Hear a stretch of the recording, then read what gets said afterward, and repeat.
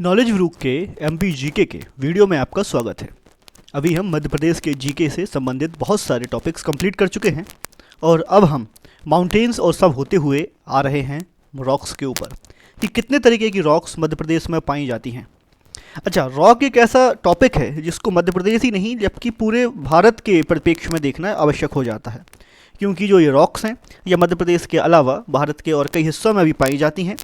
और बिल्कुल जैसे कि हमने जियोलॉजिकल टाइम स्केल देखा, उसी प्रकार रॉक की भी अपनी एक एज है और एक उनका क्रम है कि किस आधार पर एक चट्टान से दूसरी चट्टानों का निर्माण हुआ।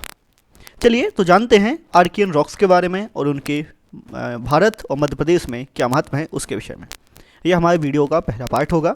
इसके साथ ही दूसरे पार्ट तक यह टॉपिक कंप्लीट होगा। सो एक वीडियो अंत तक ज़रूर देखें और साथ ही इसके सेकेंड पार्ट को भी ज़रूर कंप्लीट करें। चलिए, इसके साथ ही आपसे अनुरोध है कि कृपया इस चैनल को लाइक से सब्सक्राइब जरूर कर दें ताकि जब भी इसका सेकंड पार्ट या आगे जो भी आने वाली वीडियोस हैं वो अपलोड हों तो आपको उसकी जानकारी मिलती रहे।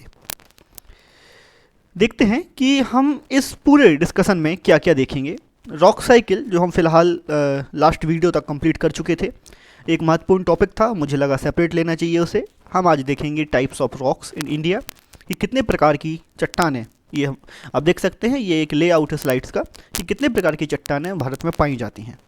फिर हम देखेंगे कि आर्कियन रॉक्स का निर्माण कैसे होता है। उसके बाद कुछ और टॉपिक्स है, फीचर्स ऑफ आर्कियन रॉक्स, इनकी क्या फीचर्स हैं, टाइप्स कितने प्रकार की होती हैं, ये मतलब इनके क्या मेटामॉर्फिक फॉर्म्स हैं और कहाँ कहाँ ये इंडिया में पाए जाते हैं और मध्य प्रदेश में इनकी लोकेशंस क्या हैं। शुरू करते हैं। रॉक साइकिल हमने देख लिया कि 3 तरीके की रॉक्स होंगी, इग्नियस रॉक होगी, मेटामॉर्फिक रॉक होगी और सेडिमेंट्री रॉक होगी। ये आपस में इंटर कन्वर्टेबल हैं और ये सभी ही टेम्परेचर और प्रेशर से वेरी करता रहता है इनका जो भी फॉर्म है। हम देखते हैं कि कितने प्रकार की रॉक्स इंडिया में पाई जाती हैं। तो मुख्य रूप से जो रॉक्स इंडिया में पाई जाती हैं उनको 4 तरीके से वर्गीकृत किया गया है और इनके डिवीज़न के कुछ सब डिवीज़न्स हैं। सबसे पहले बात करते हैं आर्कियन रॉक्स की। यह सबसे पुरानी रॉक्स होती हैं, मतलब पृथ्वी के निर्माण के साथ ही इन चट्टानों का भी निर्माण हुआ। आर्कियन रॉक्स के अंतर्गत 2 तरीके की चट्टानें आती हैं, एक आर्कियन रॉक, दूसरी धारवाड़ रॉक।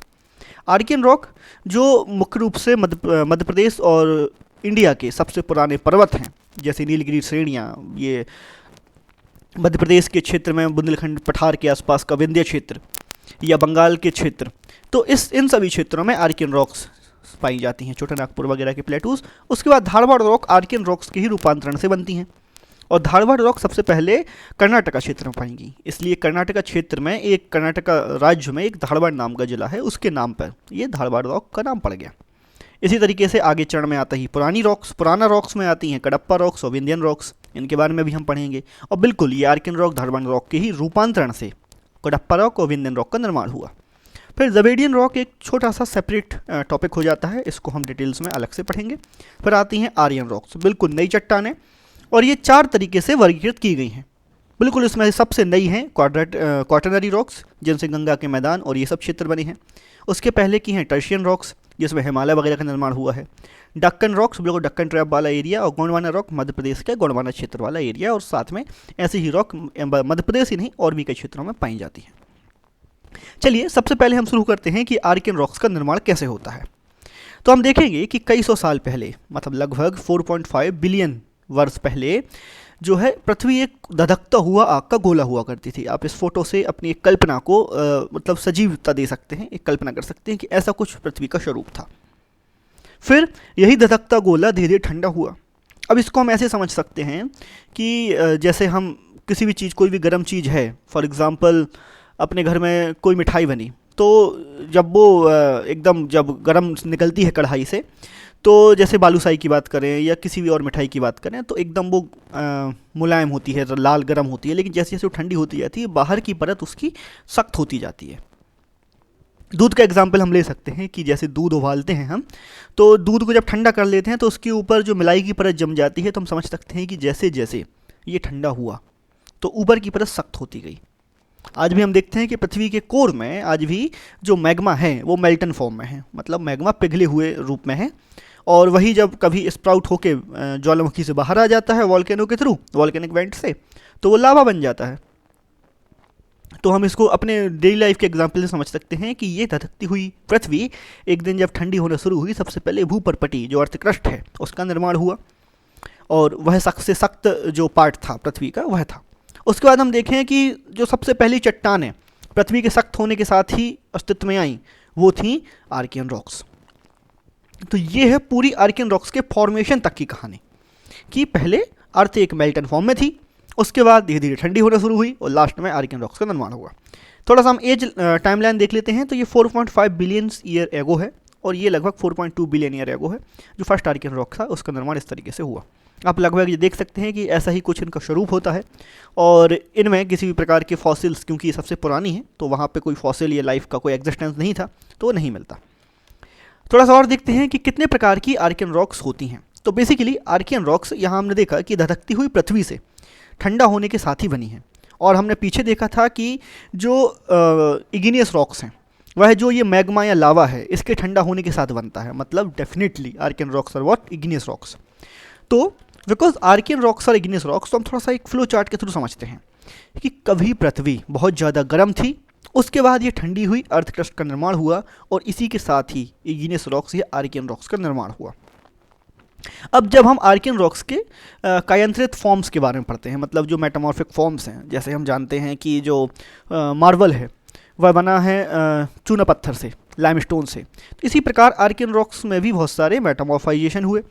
तो हम देखें कि ये क्यों हुए और किस तरीके से हुए। मतलब हर पत्थर की एक अलग गुणवत्ता होती है, कुछ उसके पर्टिकुलर ट्रेट्स होते हैं। तो 3 तरीके की रॉक्स जो हैं, इग्नियस रॉक्स 3 तरीके की हो सकती हैं। एक होती है एक्सट्रूसिव, कूलिंग टाइम जो होता है इनका सेकंड से लेके मंथ तक होता है। मतलब इनके जो पार्टिकल्स हैं, जो इनके ग्रेन्स हैं, वो इनविजिबल से माइक्रोस्कोपिक ग्रेन्स होते हैं। मतलब एकदम से ठंडा होगी कोई चीज़ तो उसके आपको ग्रेन्स नहीं मिलेंगे।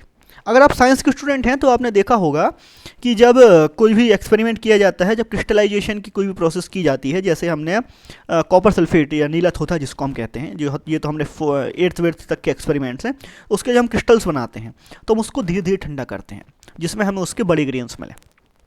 एकदम से ठंडा हो जाएगा तो हमें उसके माइक्रोस्कोपिक ग्रेन्स मिलते हैं। तो एक्सट्रूसिव रॉक्स में माइक्रोस्कोपिक ग्रेन्स होते हैं। हम ये समझ सकते हैं, ये आप देख रहे हैं एकदम साइनी, जिसमें माइक्रोस्कोपिक ग्रेन्स हैं। मतलब यूनिफॉर्म ग्रेन्स हैं, साइनी हैं, बहुत पास पास हैं, तो हमें थोड़ा सा वो माइक्रोस्कोपिक समझ गए। अब हम बात करते हैं इंट्रूसिव रॉक्स की। इनमें क्या होता है कि इनका जो कूलिंग टाइम है ये 1000 ईयर्स से के आसपास होता है, मतलब 1000 साल के आसपास तक। तो इनका टेक्सचर क्या होता है, स्मॉल टू मीडियम ग्रेन्स होते हैं, मतलब थोड़े से बड़े ग्रेन्स। आप इस पिक्चर को अगर थोड़ा सा जूम करके देख पा रहे हैं तो यहाँ पे आपको मिलेगा कि थोड़ा सा जो ग्रेन साइज़ है वो यहाँ पे हमें डॉट डॉट की फॉर्म में दिख रहा है। फिर आते हैं हम प्लूटोनिक रॉक्स पे। इनका जो साइज़ है, grain size millions of years होता है, मतलब इनकी जो ग्रेन साइज़ है वो काफ़ी बड़ी होती है। इस तरीके से जब हम आर्कियन रॉक्स को देखेंगे तो जितने भी हम इसके फॉर्म्स ऑफ आर्कियन रॉक्स देखेंगे उनमें हमें मिलेगा इन्हीं ग्रेन साइज़ के अकॉर्डिंग अलग अलग तरीके की दूसरी चट्टानें, चाहे वो मार्बल हो, नीज हो, सिस्ट हो, कोई भी चीज़ हो। अच्छा, एक चीज़ और है कि कुछ ये अलग अलग तरीके के स्ट्रक्चर बनाते हैं।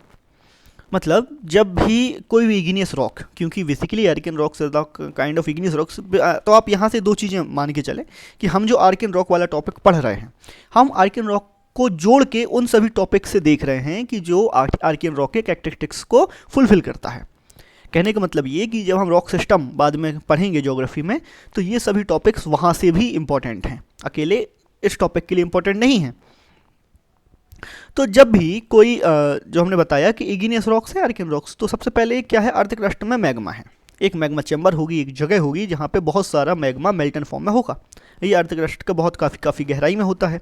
मतलब जैसे जैसे पृथ्वी ठंडी होती गई तो ऊपर की परतें ठंडी होती गई, लेकिन अभी भी पृथ्वी अंदर से दहक रही है, या अंदर से उसमें मेल्टन फॉर्म में बहुत ज़्यादा टेम्परेचर पे मैग्मा तैर रहा है।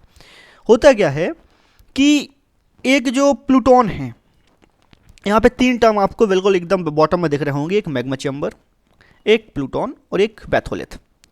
तो प्लूटोन क्या होता है कि एक ऐसा स्ट्रक्चर होता है जहाँ के पूरे जितने भी जहाँ से इसको क्रीक्स मिले मैग्मा को बाहर निकलने के, वो इस स्ट्रक्चर के बाद से पूरे जम गए हैं। मतलब ये पूरा ठंडा हो चुका है, मतलब ये चट्टानों में परिवर्तित हो चुका है, जिसको हम कहते हैं, इस सोर्स को हम कहते हैं प्लूटोन। फिर एक होता है बैथोलिथ। बैथोलेक कई हजार किलोमीटर या मीटर्स का एरिया होता है पृथ्वी की सरफेस के अंदर, जहाँ पे एक बहुत बड़ी चट्टान मतलब मैग्मा एक बहुत बड़ी चट्टान के रूप में परिवर्तित हो गया है। और लिथ मतलब बेसिकली पत्थर ही होता है, तो आप लिथ वर्ड से परिचित होंगे, कहीं और आपने अगर ध्यान से सुना हो तो जितने भी पत्थर से रिलेटेड वो टर्म्स होते हैं तो ये लैटिन वर्ड है, लिथ का मतलब होता है चट्टान। ठीक है, तो ये जो बहुत बड़ा एरिया होता है, जो बहुत बड़ा एरिया ठंडा हो चुका होता है नीचे, उसको हम कहते हैं बैथोलिथ। चलिए, अब मैग्मा चैम्बर से जब कभी भी लावा अर्थ क्रस्ट की तरफ जाता है तो बिल्कुल ज्वालामुखी के साथ बाहर निकलता है, ज्वालामुखी के मुंह से बाहर निकलता है। यहाँ पे कुछ 2-3 तरीके की चट्टानें बनती हैं जो इग्नियस रॉक्स के थ्रू या इग्नियस रॉक्स होती हैं। एक होता है डाइक, मतलब एक एकदम क्या बोलते हैं वर्टिकल जो डायरेक्शन मिलता है इसको निकलने का, लेकिन आगे जाके कहीं ये ठंडा हो जाए या आगे इसका डायरेक्शन कंप्लीट ना हो पाए। मतलब आप जो ये देख रहे हैं डाइक लिखा हुआ है ये ब्लैक कलर से, तो ये यहाँ से कभी जब ये मोल्टन फॉर्म में था, ये भी कभी लावा मोल्टन फॉर्म में था और ये बाहर निकल रहा था, एक टाइम पे यहाँ पे इसको और आगे निकलने का रास्ता नहीं मिला और ये हार्ड हो गया, सॉलिडिफाई हो गया। तो इस वजह से इसको हम जो खड़ा स्ट्रक्चर है वर्टिकल स्ट्रक्चर को डाइक कहते हैं। अब एक रहता है हॉरिजॉन्टल स्ट्रक्चर, कि ये हॉरिजॉन्टल फ्लो कर रहा था लेकिन इसके आगे जो रॉक्स थी वो काफ़ी टफ थी और इसके आगे ये मैग्मा फ्लो नहीं कर पाया और ठंडा हो गया और पत्थर बन गया, ये कहलाता है सिल।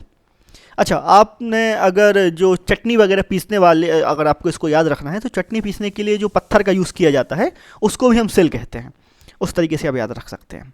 अब एक और होता है कि आप ये ऊपर तक डाई के जैसा स्ट्रक्चर बना के गया और ऊपर जाके फैल गया और लगभग ये डोम शेप स्ट्रक्चर बनाने लगा, तो ये होता है लैकोलिथ। मतलब जो ये डोम शेप स्ट्रक्चर बन जाता है इस मैग्मा चैम्बर से निकलते हुए लावा का, उसको हम कहते हैं लैकोलिथ। एक होता है स्ट्रोक। स्ट्रोक मतलब एक कैप की तरफ होता है कि जहाँ से वॉल्केनिक लावा निकलना था बिल्कुल माउथ पे जाके ये ठंडा हो गया और एक जैसा कॉर्क होता है बॉटल का, उस तरीके से जम गया, तो ये क्या कहलाता है? स्ट्रोक कहलाता है।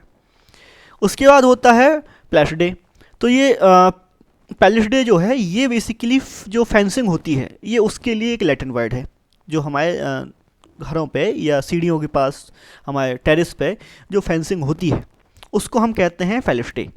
तो जब ये किसी फेंसिंग की तरह किसी जो क्या बोलते हैं जियोलॉजिकल स्ट्रक्चर के अराउंड एक फेंसिंग टाइप की बना लेता है, जैसे अब ये यहाँ से निकल रहा था और यहाँ से इसने पैरेलल ये ज़मीन के ऊपर एक फेंसिंग, एक दीवार जैसी बना दी, तो इसको हम कहते हैं पैलिसडे। तो ये कुछ टर्म हैं जो कभी कभी इग्नियस रॉक्स को समझाने के लिए यूज़ किए जाते हैं।